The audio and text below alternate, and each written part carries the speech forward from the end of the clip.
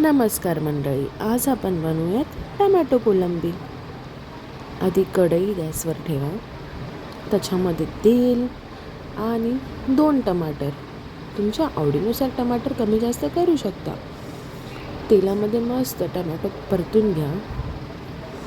त्याच्यानंतर कोलंबीला साफ करून त्यातली काळी दोरी मात्र काढा. त्याच्यामध्ये मस्त लिंबू पिळा आणि मॅरिनेट करायला ठेवून द्या. मग त्या टमाटरमध्ये हिरवी पेस्ट टाका, आलं, लसूण, मिरची आणि कोथिंबीर आणि गरा परता जोपर्यंत तो आपला कच्चा वास सुटत नाही.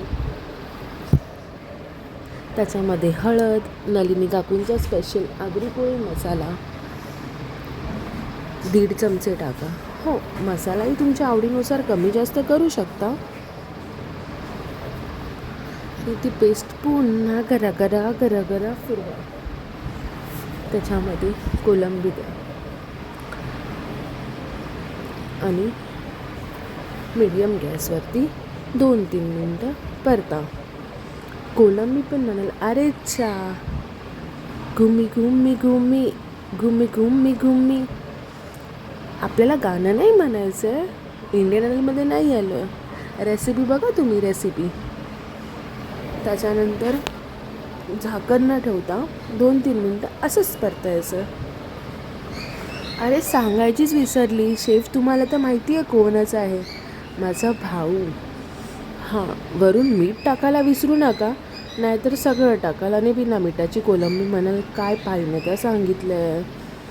आणि चिंचेचं पाणी, चिंचेचा घोल बनवा मस्त आणि ते टाका.